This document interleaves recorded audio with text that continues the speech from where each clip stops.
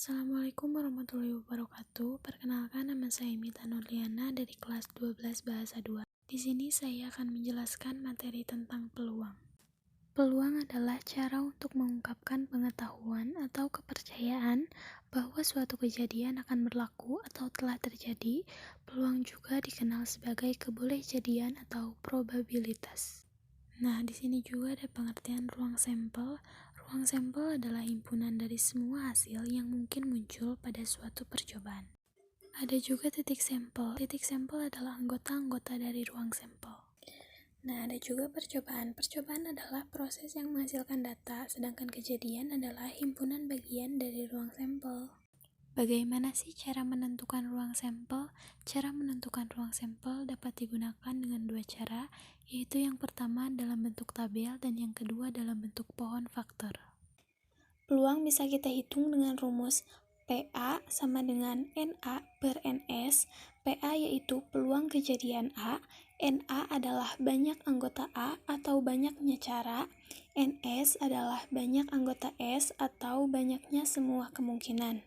Tentang peluang itu ada di antara 0 sampai 1. Peluang suatu kejadian itu kurang dari atau sama dengan 0 dan kurang dari sama dengan 1. Ketika peluang suatu kejadian 0 artinya kejadian mustahil terjadi. Ketika peluang suatu kejadian 1 artinya kejadian pasti terjadi. Untuk lebih jelas bisa dilihat contohnya ya. Nah, sekarang ada frekuensi harapan. Frekuensi harapan itu adalah hasil kali peluang suatu kejadian dengan frekuensi atau banyaknya percobaan. Frekuensi harapan dapat dikerjakan dengan rumus FHA sama dengan PA dikali N.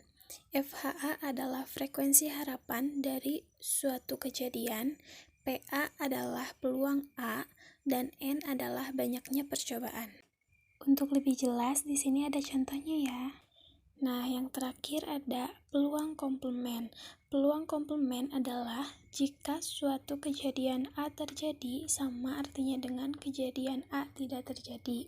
Jika terjadi, peluang kejadian A adalah PA ditambah PA aksen sama dengan 1.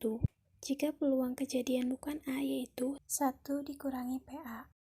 Bisa dipahami contohnya ya? Nah, selanjutnya di sini saya akan membahas tentang kaidah pencacahan. Nah, dalam kaidah pencacahan, yang pertama itu ada aturan perkalian. Apa sih aturan perkalian itu? Aturan perkalian itu adalah konsep yang paling sederhana dalam penentuan banyaknya susunan terkait peluang. Nah, di sini ada contoh dan jawabannya, silakan dipahami.